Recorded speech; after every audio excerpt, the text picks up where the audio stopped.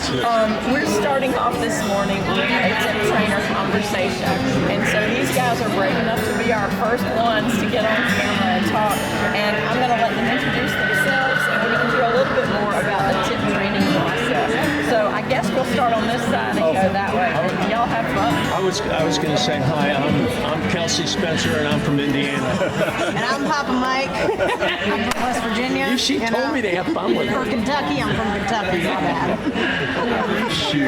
So She'll cut that out. I'm Sky Epperson. I'm with the Mustang Adoption Academy, and I'm a TIPS trainer from Southwest Indiana. I'm Mike Cassedy, Mustang trainer, and from Kentucky. I'm Kelsey Spencer, and I also am a Mustang trainer, and I am from Dalton, Ohio. I'm Matthew Cox. I'm also a Mustang trainer, and I am from Ohio. He's with me. We both run a training facility called Wild Ride Equine, where we specialize in Mustangs, and we work with adopted kids as well. How did you get into Mustangs? How did I get in? So I got in, I entered my first Extreme Mustang makeover in 2016, and I got my horse, I named her Raggedy Ann, because her hair looks like dirty mop water, and I ended up buying her back, and she made me start everything about Mustangs. Just it introduced me a whole different world that I fell in love with. So, what about you? So I got into Mustangs probably first from an unbranded film. That was the first time I really learned anything about Mustangs. That was the same for me also. And then as life went on, I wanted to stop collecting horses, so I thought I might be a TIP trainer. And well, now I have a couple Mustangs of my own. Yep. And so the stopping of the collecting horse didn't work. Didn't work. I said, well, wasn't making any money at that point. What about you? How's they- the collection of your horses? They, back in 2017, I was at a gathering, and a lady walked up and said, "Are you my Cassedy?" And I said, "Yeah." She says, "Well, I've seen 2 YouTubes that you have out about your training." And I said, "Well, there's only 2 anyways." And she asked for some help. And she told me all the nightmares that she had with this horse. Her daughter was a new 4-H member in the equestrian program, and the Mustang the horse they got was from a rescue. And when she tried to ride the horse, it threw her twice. It went to 2 trainers. Both trainers brought it back, said get rid of it. The place where she was keeping it said it can't stay here because it doesn't get along with any other horses. Can you help me out? And I offered to go see the horse. And she says, "Would you do that?" I said, "Yes." She says, "Well, there's one more thing." And I said, "Well, what's the one more thing?" She says, "It's a Mustang. So your first horse for your green rider is a Mustang." She goes, "Well, it was free." I go, "Well, guess what?" So I went over and spent 2 hours with Jane, a mare, and it just really worked out. I don't know what else to say about that sort of thing, but it went super well. 2 weeks later, they took all the video work that they had on an iPad and called me, and we went back and forth. And 2 weeks later, the young lady is riding this Mustang all over the place and really enjoying it. I went back, and that was my first exposure to the Mustang. So I go home, and I tell my daughter, guess what I got to do? I've worked with almost every breed there is, but I got to work with a Mustang. And I told her the story and how well it went. And she says, she comes back a couple of days later, says, "Dad, we got to get a Mustang." And I told her, "No, we do not." She says, "Yeah, Dad, we got to get a Mustang." "No, we do not." So in 2017, we went out to Ewing, Illinois, and got our first Mustang. And his name is One Horse's Journey. We call him Journey. We still have him. It took 34 days to get the first ride. It took 2 weeks to get the first touch. We applied everything that I knew about domesticated and realized we needed to change a lot of things because of the Mustang. And And after that, we just went into it. And I signed up for Extreme Mustang Makeover in 2018. Had to withdraw because my Mustang wasn't sound. In 2019 and 2020, and had 2 Mustangs and did really well. And we have what we call the way. We have the method and the series of systems of programs, but we just call it the way we work with horses. And it doesn't matter what it makes no difference what you give me to work with. It works out. We're solid on that part. I'm not concerned about it. I don't have a organization or a company or anything like that. Most everything I do is on a referral only, but that's good enough at this age. Yeah. You're not old, are you? Oh my God. Nah, he's 30. Older than what most people would guess. I had that revelation last night. We were sitting at dinner. The guy goes, "You're not older than me." I go, "Yeah, I am." I think I am. He goes, "No," and he goes, I said, "Well, how old are you?" He goes, 67. I said, "No, you're a child." So, but it was all right. Yeah. So what's your favorite part of being working with the Mustangs? Everything, just the try that the Mustangs give you. There's no other horse that I've seen just have that try, Right. and that heart. Yes. that the Mustang does. That's how I fell in love with them. I came down to hang out with Kelsey one day, and I saw a Mustang and just the heart and the try, and I fell in love. And about a year and a half after, we went and looked for a horse for me. That's where I came across Otis, and man, that horse just gives me everything. Right. Just everything.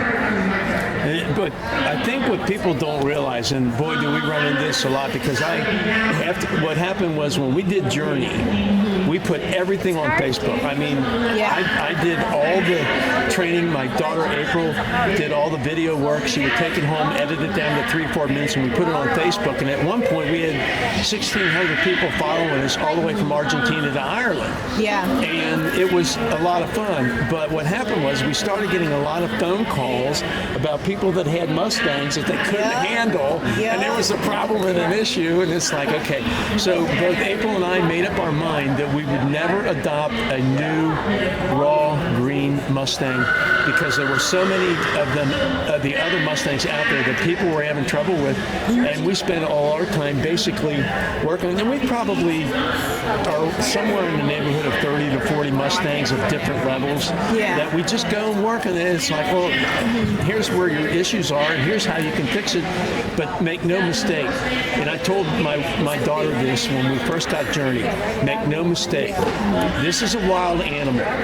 Just like those people that do tigers, and all of a sudden the tiger turns on them, this wild Mustang can do that. All of a sudden something will bring that up, and they will spook, they will bolt, they will run.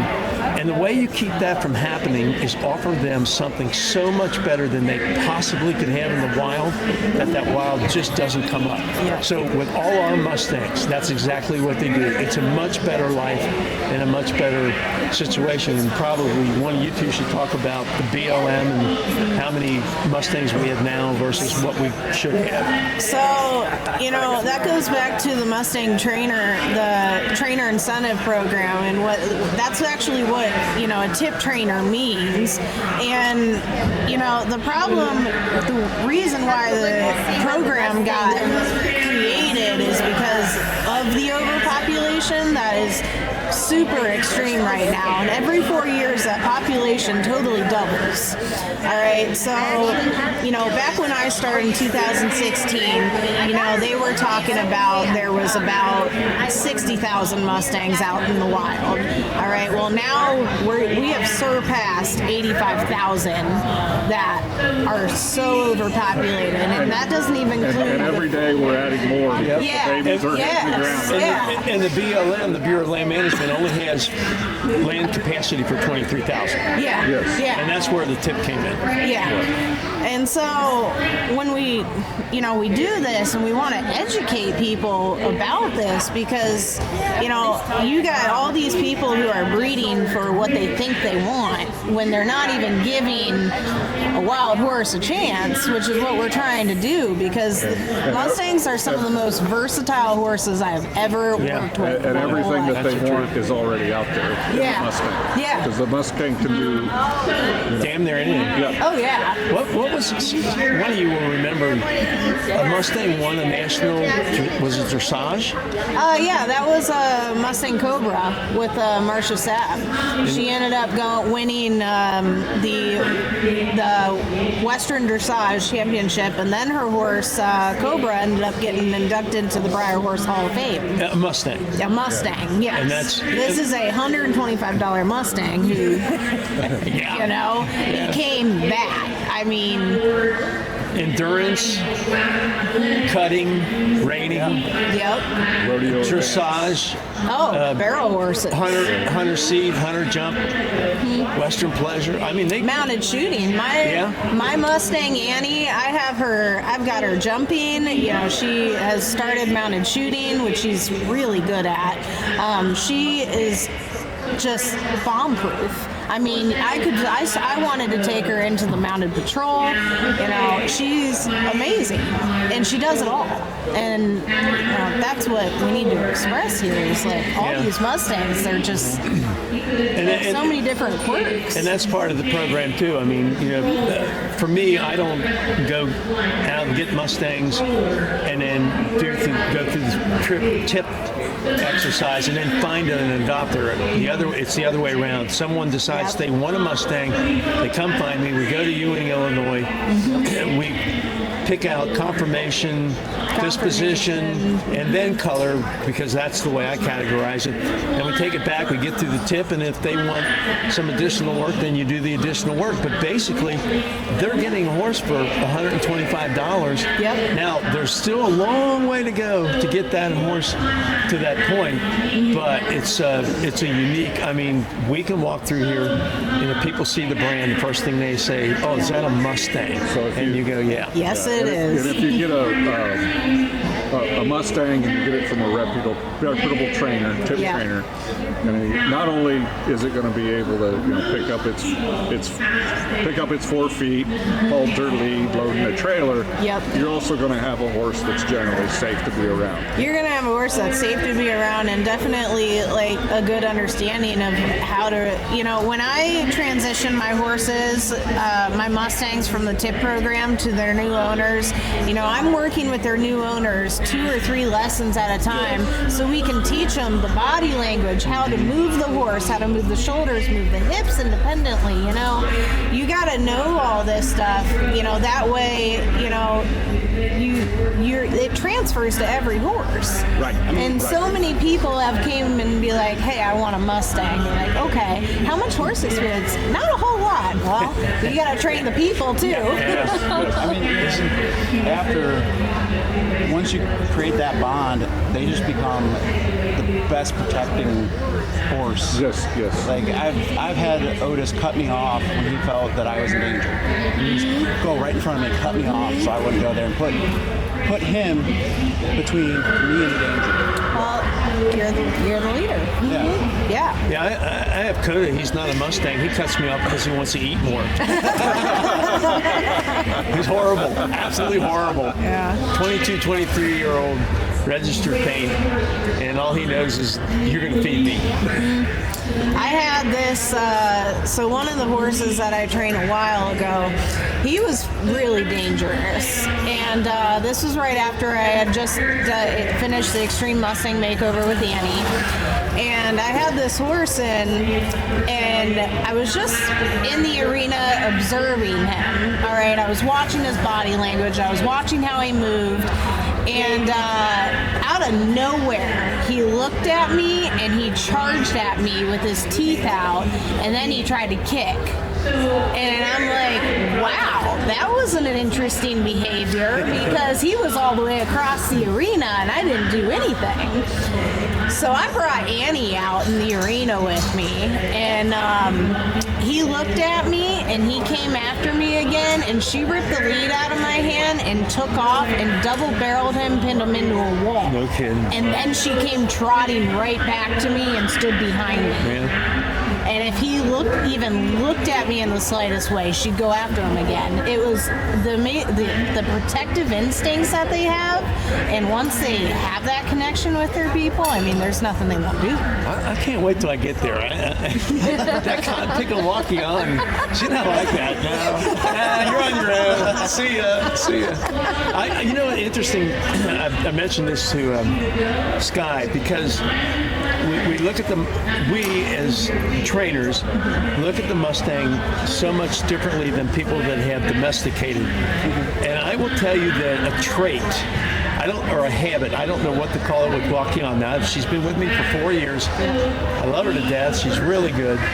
If we're in an open arena and I'm all done, I'm going to let her roll around, do whatever she wants, or even at home when she's in an open pasture, I swear to you, this is how their draw and their memory is. Yeah. She will go to the west part of that arena or the west part of the pasture and stand and face out there, which tells me, because we can talk about the different ways that we do the training, she longs to go home.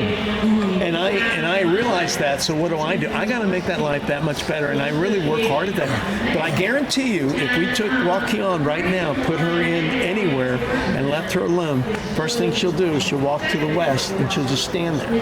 That's what she'll do. But it's not a bad thing, and her and I are really good together, but it's an interesting thing. We talk about our different ways of working. Sky is brain-based therapy, and he can explain that. And then I work more on the mental and the horse psychology. Yeah. And then you guys have got your way of working through it. But there's always a commonality between the different good trainers that we work on. I've mentioned this because Sky's heard me say it before, and I know you're going to relate to it. There are trainers that train by submission. They will make that horse, that Mustang, submit to what they want done. Yeah. There's not one of us sitting here right now that does that, because we use what I call training by understanding. Yes. We need them to understand us, and we need to understand them. Now, somebody will say, well, that's a bunch of psychological pablum bullshit. But the truth of the matter is, if you're willing to take the time, you see the reactions that you weren't expecting from them, and now you know how to address that issue. Yeah. So it takes it takes more patience to get there that way. Yep, but it's really not, like, it's going slow to go fast. Yes. That way. Yes. And then you don't,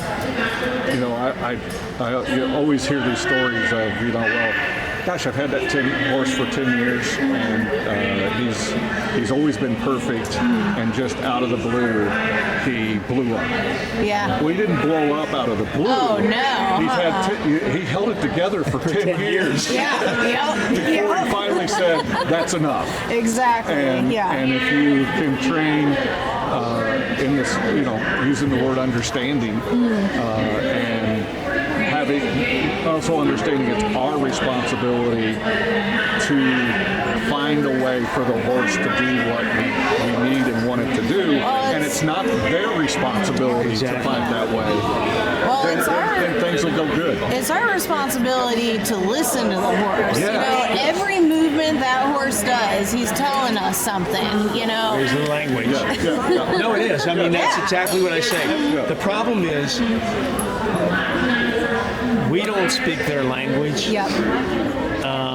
They don't totally understand our language, so we have to find a compromise. Yes. And we do that. It's not just the body language, it's the breathing, it's the reaction, Yes. it's the way they carry themselves, the energy. We talk about low energy, high energy, low energy, and they go, what the hell is that all about? Well, I read a study that says and you can find it on the internet because that's where I found it, that a horse can actually pick up your heartbeat up to 5 feet away. Yes. Now, when you go in there and say, well, I'll do low energy and I'm going to act all calm and this, that, and the other thing, but your heart's going like 50 miles an hour, guess who picks that up? They did a study with wild horses where they had a group of people in an arena, all right? And they said, okay, go walk around, okay? And then they stopped, and those horses went to the person with the slowest heartbeat. And, that goes into how much you have to control your emotions because, you are in a round pen with a wild animal who is not used to people, who hasn't seen us before, and you got to learn how to control every emotion that you're feeling so it can reflect back to your horse so they can understand it. So we say that to do the training the way it should be done, whether it's domesticated or it's wild, is you have to work on your focus. You have to have that understanding of where they're coming from as much as where you want to go. And that's probably the hardest. The hardest thing for a lot of people is the patience part. They want the, and you know what? I don't find fault with a lot of the professional trainers because somebody says, I'll pay you the 90-day fee. And of course, they're expecting when they come back from 90-day to be at this certain level. So now that trainer is under the gun to try to get that horse to that point. So when the people come back and they go, I was really expecting more. The guys go, well, I did the best I can. Well, that's the hard part. And the upside for me, other than the Extreme Mustang makeovers, I've never been on a schedule. I've always been open. Well, how long will it take you? And the question goes, well, how long will it take to get to this point? And my answer is, well, I have a plan. He has the schedule. That horse is going to move along at his rate. We're going to help him understand what we're asking him to do, but beyond that, it's all up to him more than anything else. That is the most important part is, you don't know how fast things are going to take. And it's like, you can try to give a rough estimate, but even that doesn't work sometimes either. But I'll tell you, like, making it out to the end, it's worth it. It's absolutely worth the wait 100%. And I'll tell you, like, once you start these horses, especially these Mustangs, and you get them, trusty and working for you, they have so much heart that they're not going to fight back. After a while, they're going to just say this. They're gonna. It's like they just adapt to us. Well, and so some people do talk about like the, let's let the Mustang be wild and free. But I don't think they realize what wild and free really is. It's not all that it's cracked out. Wild and free doesn't mean fences. It doesn't mean highways. It doesn't mean when there's horses 10 miles from Vegas, that's an issue. Well, and just the everyday. So some of these horses are traveling 20 miles between food and water. So that's a 40-mile trip a day, not counting what they're doing while they're grazing. And then to think of, at a year and a half, 2 years old, you're going to be kicked out of your herd. So people want to talk about family. Well, in the wild, it's not really about family because to keep the genetics going, they're going to kick you right out of your herd. And then if you're a stallion, then you get to fight the rest of your life. Or not only that, you get to fight for food the rest of your life too. I mean, the forage out there is just not. It's not there. And then if you're a mare, you get to be controlled the rest of your life by the stallions. And then compare that to a good home where there's food 24/7, there's water 24/7. Someone there to clean your stall every day. You're really good at that now. That's all right. They give us. I always say that for us trainers, I think that your entry into heaven, you get points for cleaning stalls and saddling. sometimes I think Otis, my horse, he watches me, sticks his head in the stall or stays in the stall with me, make sure I get every single piece, make sure it's good.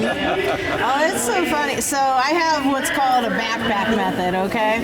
And so everywhere I go, when I get these horses leading, I take them everywhere. I will, when I clean each stall, I'll take them in the stall with me. I'll make them move around the stall as I clean the stall, and then I'll go take them when I dump the wheelbarrow. And so it's called the backpack method because they're just kind of with you all the time. And that is like one of the best ways to desensitize these guys is to just expose them to everything, no matter what. And it blows me away of how curious the new Mustangs are when they watch you cleaning their poop for the first time. They're like, what are you doing, you crazy person? No, then they think this is great stuff. Yeah, it was like, hey, and I get food, all right. They love to, when a farrier comes, they even love that. They love to be pampered. Because it's nothing Well, that can go, Your that horse can go is both a ways. Your horse is a princess, so. So I got a question that could be controversial, but what are the things within the TIP program that we could change or be better To make it more appealing. to make it not only more appealing for the adopters, but how can we get more horses, more Mustangs adopted through the TIP program? Right. Yeah. See, what kind of bothers me is I feel like there needs to be a forum of stories because you got a lot of these TIP Mustangs that are adopted, but what happens after? Because you have all these people who are like, hey, I have a Mustang, he's got this really big issue, or there's something I can't do, but they don't, or people who just give up on them, and they don't realize, where these horses end up and what they actually can turn into. And I feel like the stories of these success stories, there's so many of them, and there's not enough out them to broadcast. I mean, there's not enough knowledge out there about them, and that's what I feel like one of the big influence needs to happen is, proving, showing all these stories, having these adopters, post their Mustangs throughout the years. I think like in the TIP program itself, they actually need to take a few more steps. I mean, the ability to put a saddle on. Yeah. Put a saddle on.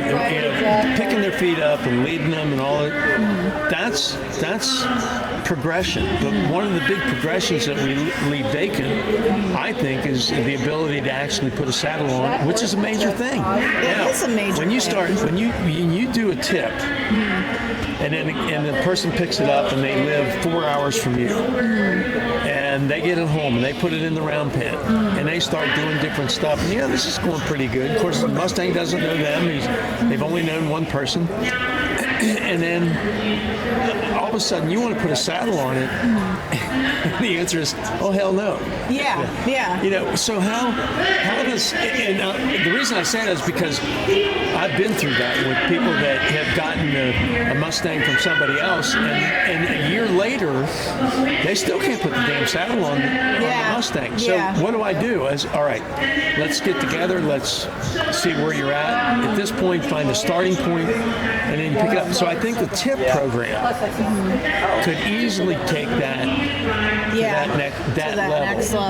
That's a major And I totally understand. Challenge. Like, that is a huge challenge. And that's like, and when I saddle break horses, I have a 3-step process of how I teach horses how to saddle. I have 3 different saddles. They're all kind of different levels. I've got a lighter one. That is my beater saddle. I can just willy-nilly throw it, use it, drop it, flip it, all that kind of stuff.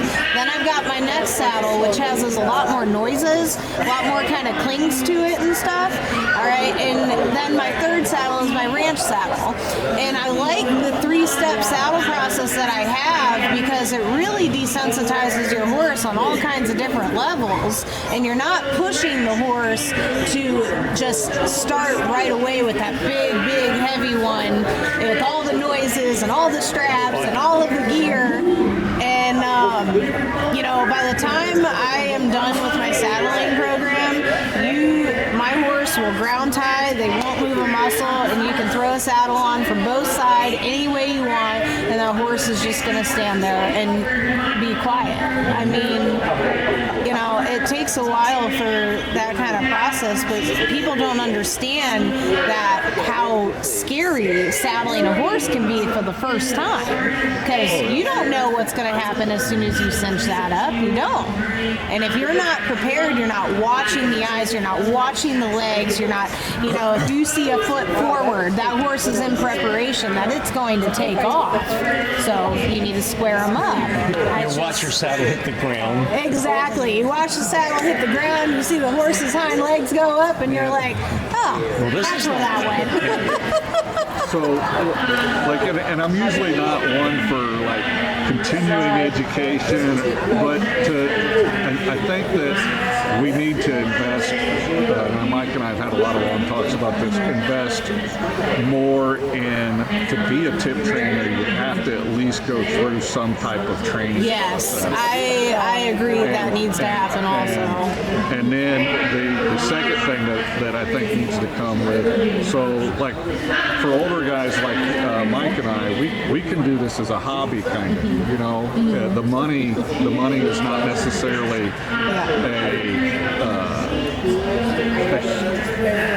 we're going to do it whether the money's there or not.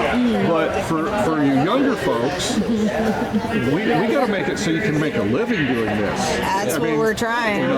If we really want to promote Mustang adoption, successful Mustang adoption, which is what the TIP program is really trying to do, well then we've got to open it up. There's hundreds of you guys, thousands of you guys out there that can help, but are not going to because they got to feed a family.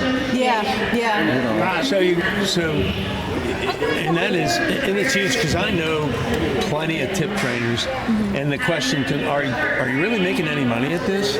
Well, sort of, kind of, we're trying, and it's a tough cost. So you want to say it's in the hay costs, and the feed costs, chiropractor, and the the vet, training costs, and the teeth costs. I mean, you look at it, and it's a tough thing to look at. But here's the other side.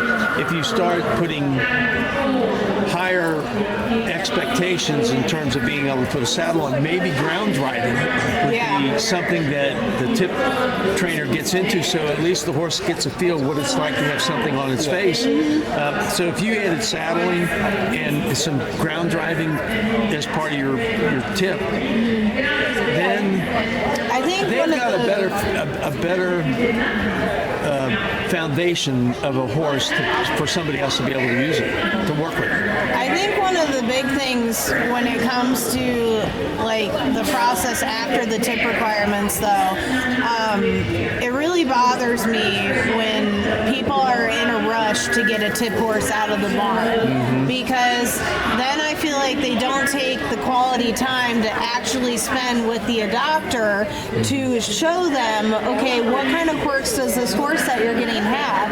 Not only do you have to train the horse, but you have to train the adopter a little bit too, to know how to handle in tough situations. And I feel like a lot of tip trainers, they forget about that sometimes because they're so much in a hurry. Well, yeah, and some of that hurry is they're trying to make a buck. They're trying to make a buck. That's exactly it. Yeah. And it's a catch-22. So they can get in a hurry and then they can get it out with the requirements, but because they are trying to feed their family, which I understand. Yeah. So we need to figure out a way to. And some of the thought is, and then so part of that is I'm sure that the Mustang Heritage Foundation is going to say, well, we can't increase those funds because we don't have them, but if we increase the funds, then we can we can get more good trainers, and then we Yeah. can get more Mustangs adopted, and then that gets more fun. You know. And I agree with you, Papa Mike, on like, kind of raising the bar a little bit more. It's just not just feet. It's not just, load on a trailer. There needs to be a little bit more done for that horse and that rider, because then you don't have random Mustangs who end up in a bad situation because the person can't handle it. Kind of puts me out of work because a lot of my stuff I do is people that got. Oh yeah. And it's like, I don't know what to do with it. I have people calling me all the time saying, "Hey, I got this Mustang from a tip trainer, and we don't know what to do." But this horse just took off and did all kinds of goofy stuff. I'm like, all right. The thing that Sky mentioned about educating the tip trainer before they become a tip trainer. Yes. But I think the other part is that you provide these semi-annual or quarterly clinics, maybe regionally, that are specifically for tip trainers to do refresher, to do, hey, look, here's what we're doing. Here's another way to take yourself to this next level. And see, we don't do that. Well, you're a tip trainer and off you go. And the adopter needs to participate in this. Well, yeah. It needs to be part of a requirement. I try to make that a requirement at our place. That, Same here. But for instance, I got a horse that's going to go to California. Well, yes, that lady's going to spend some time, but is she going to be able to spend 2 days with me? Yeah. Probably not. Yeah.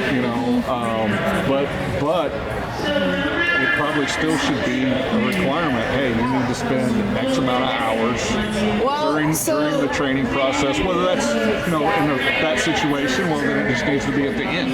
Something that I offer too when I'm training horses is I keep a journal on the sessions. That way, when that horse does go home, I can copy my journal and they can look back through of saying, hey, I think I'm having this issue. Let me look back and see if she had this issue. Oh, this is how you fix it. If they can't physically come, so you can teach them. That helps too. I just changed my telephone number. I just say, it's your problem now. I don't care. But definitely educating people how to become tip trainers. Like, he worked with me for 3 years before he became a tip trainer. He spent countless hours with me working with Mustangs, from the groundbreaking to wild to saddle breaking. And so he's either a slow learner or you're a really bad teacher. hold on now. And you're on me. I got it.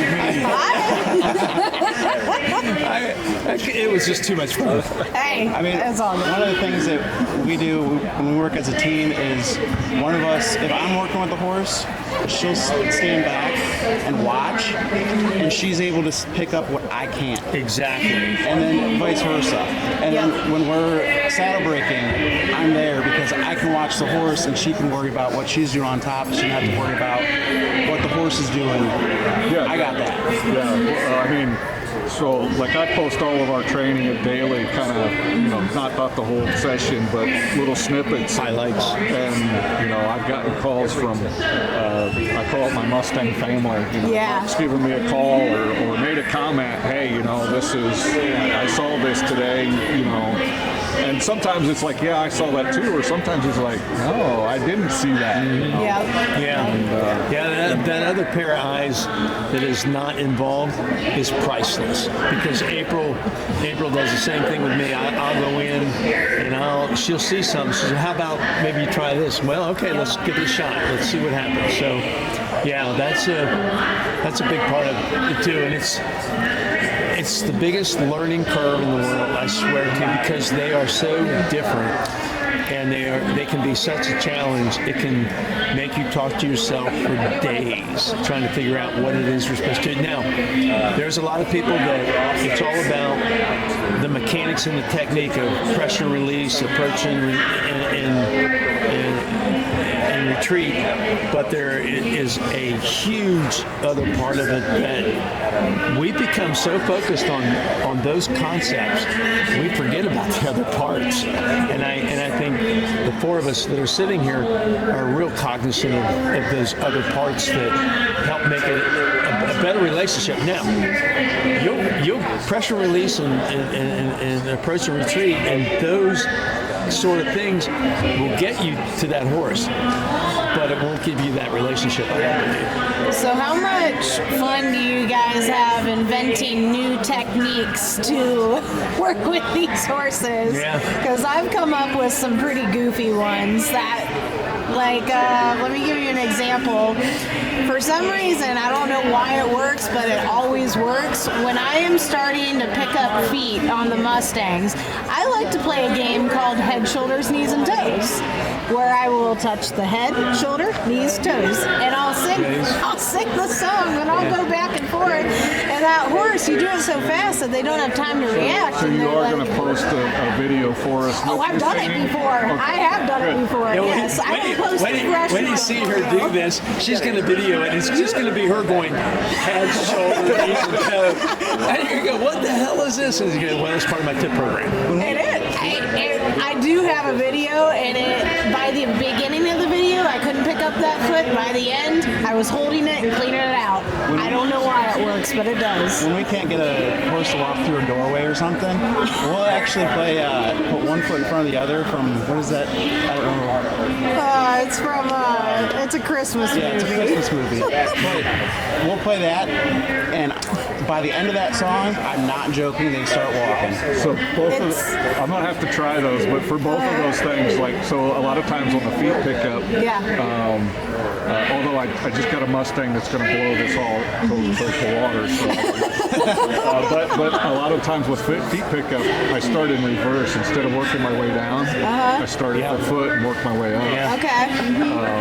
Just by taking my foot and touching their foot, and then work my feet up. At the same time, I'm working my hands down, and by the time we're kind of meeting in the middle, it seems to be it really works well. And then recently, Bruce here, Andrews, kind of gave me this idea, but I had a horse that when it was time to leave his pen and go out into the real world, as I call it, he was like, I ain't going. No, this is safe in here. I'm not going. And we backed him through the gates. Yep. Get out. Yep. And that worked really well. I like to, so I really like teaching horses how to send also. And when they have doorway issues like that, I'll take 2 barrels and I'll set them up and I'll start them out kind of wide and I'll make them do like lunge figure 8s around them, and then I'll get them closer and closer and just send them through. It helps so much, and I love to do it with a saddle because those stirrups will hit a barrel and knock over a barrel. Keep doing that until they stop spooking, and then they're just like, all right, I got this. And this is what I was talking about, doing quarterly or semi-annual clinics for tip trainers only, so that you can share some of the techniques that we actually use that are beyond pressure and release. Yeah. It's just a real opportunity, and I, we all are the same way. We all are like sponges when we can go someplace and pick up as much. We may go and spend 8 hours there and get one thing out of the mess, but it's that one thing that might help us get through to a Mustang. Oh yeah. And it's so funny now. We're all so focused on Mustangs, we don't even know the domesticated ones are out there. I just did a Frisian last year. Saddlebroke a Frisian. That was fun. I can't even. That was a big horse. You climb on a interesting small enough, Mustang, 14 two-hand Mustang, and then you get on a 17 Frisian, and you're like, whoa, all right.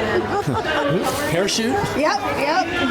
We my daughter is the coach for a 4-H drill team, and right now we're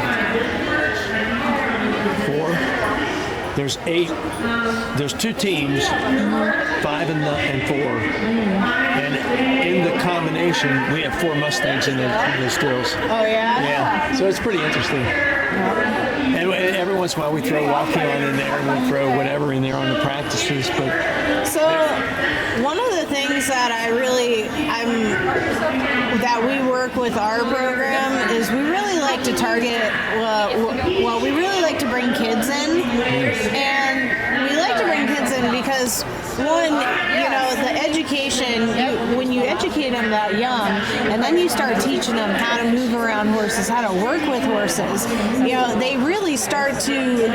It starts to become a part of them, and you watch these kids grow up, and then when they're bonded with a Mustang, you not only do you watch the kid grow up, but you watch the Mustang and the kid grow up as a team and develop new skills and new ways. And I really wish we had like a junior TIP program. So where we had special clinics for, kids who want to grow up to be trainers like that. And that's kind of what I do at my place too, is I really like that junior training program, because not only does it prepare them if they ever want a horse for the future of their life, but it gives them that kind of education also. And it starts to raise awareness of, hey, there are extreme population issues, and now they're going home and they're educating their parents. 5 minutes. The other one you're talking about the kids is the veterans program. Yeah. And I get a phone call, and somebody's got a veterans program. Can you come? We want to do Mustangs and so forth. Part of my attitude about it is, for the veterans, it does not need to be a Mustang. But if that's where you think you want to be, then we're going to work through it with you and show you how you can make this work. Dale Lakey and then there's some people down in Alabama, Kathleen and David. David is a veteran. He came up to Dale's place and spent time up there with his Mustang. I happened to go up because they were having an issue with another one, and got to work with David and his Mustang, and he was like, "Oh my God, this is good stuff. Come down to Alabama, will you?" So we're working on that to get down to Alabama and work with their veteran program down there. Yeah. But the veteran programs, the Mustangs are so honest about it all, and if you can get a vet to slow down enough to realize this takes a lot of focus and patience, a lot of timing and time,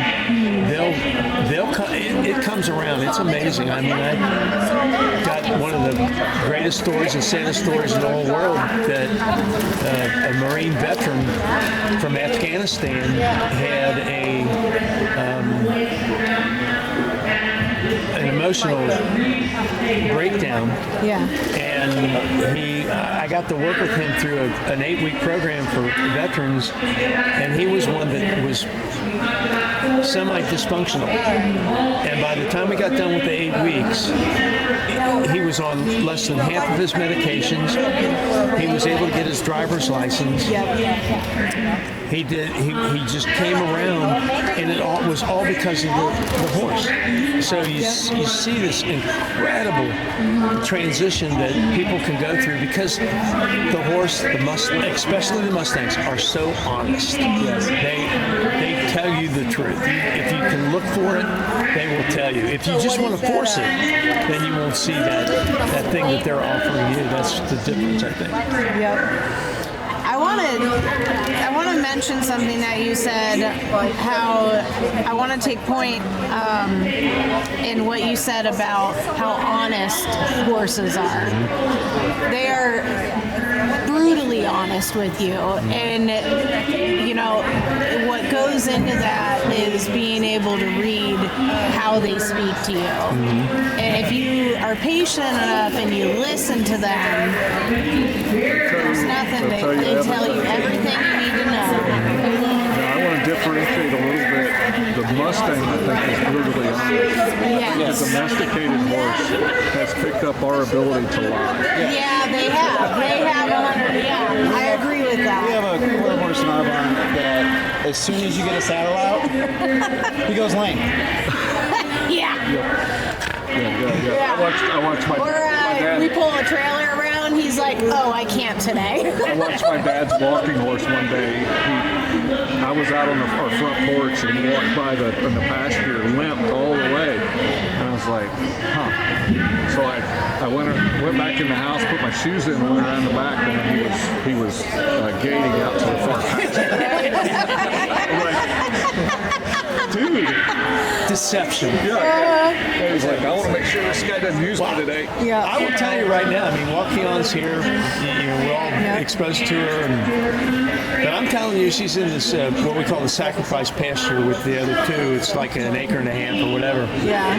If she sees the halter in my hand or the lunge line, no, I'm good. And we play this 2-minute game. She decides she's going to avoid me for 2 minutes, and then I'll use one of the cue words, which is wait. And she'll just stand there, and I'll put the halter on, and then we go off about our business. But it's a 2-minute game we got to play, and I don't want to play that. I'm lucky enough. As soon as I run out in the pasture, I don't care what I have in my hand, he's coming to me. He's coming right to me. That's Annie. She's that way too. Yeah.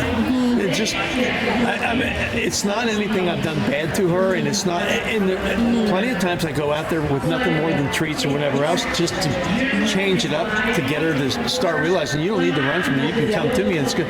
But she's that way. She's just not having any of it. They all have their own little quirks. I mean, personalities. nothing. There's not one Mustang that has the same personality as another. That's They're what's so great. different. But, and I'm going to throw that out there for what it's worth, the people that are sitting here, plus we know probably another 4 or 5, realize that it's so much more about the mechanics and the technique that some people cannot get past. And that's where that training by submission comes in. I'm going to make you submit to what I want, and there's no interaction, there's no communication, there's no listening, and and that's a hard thing. That's a hard thing to watch sometimes. I had a reporter ask me, he's like, okay, so why don't you just do the whole cowboy up and get on and go? And I'm like, well, I'd rather not die.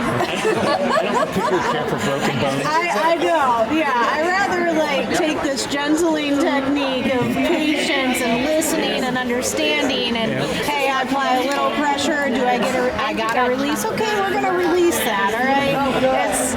That's a whole lot easier than just getting thrown off as a lawn dart. It's a lawn dart. I can relate to it, sadly. Sadly. Yeah, at some point. And surprise! So, Well, looks like we don't have any fun doing what we do. Oh, no, not at all. Yeah. the boss. Is that it, boss? There? All right. Good job. Thank you. I was afraid we wouldn't be able to talk.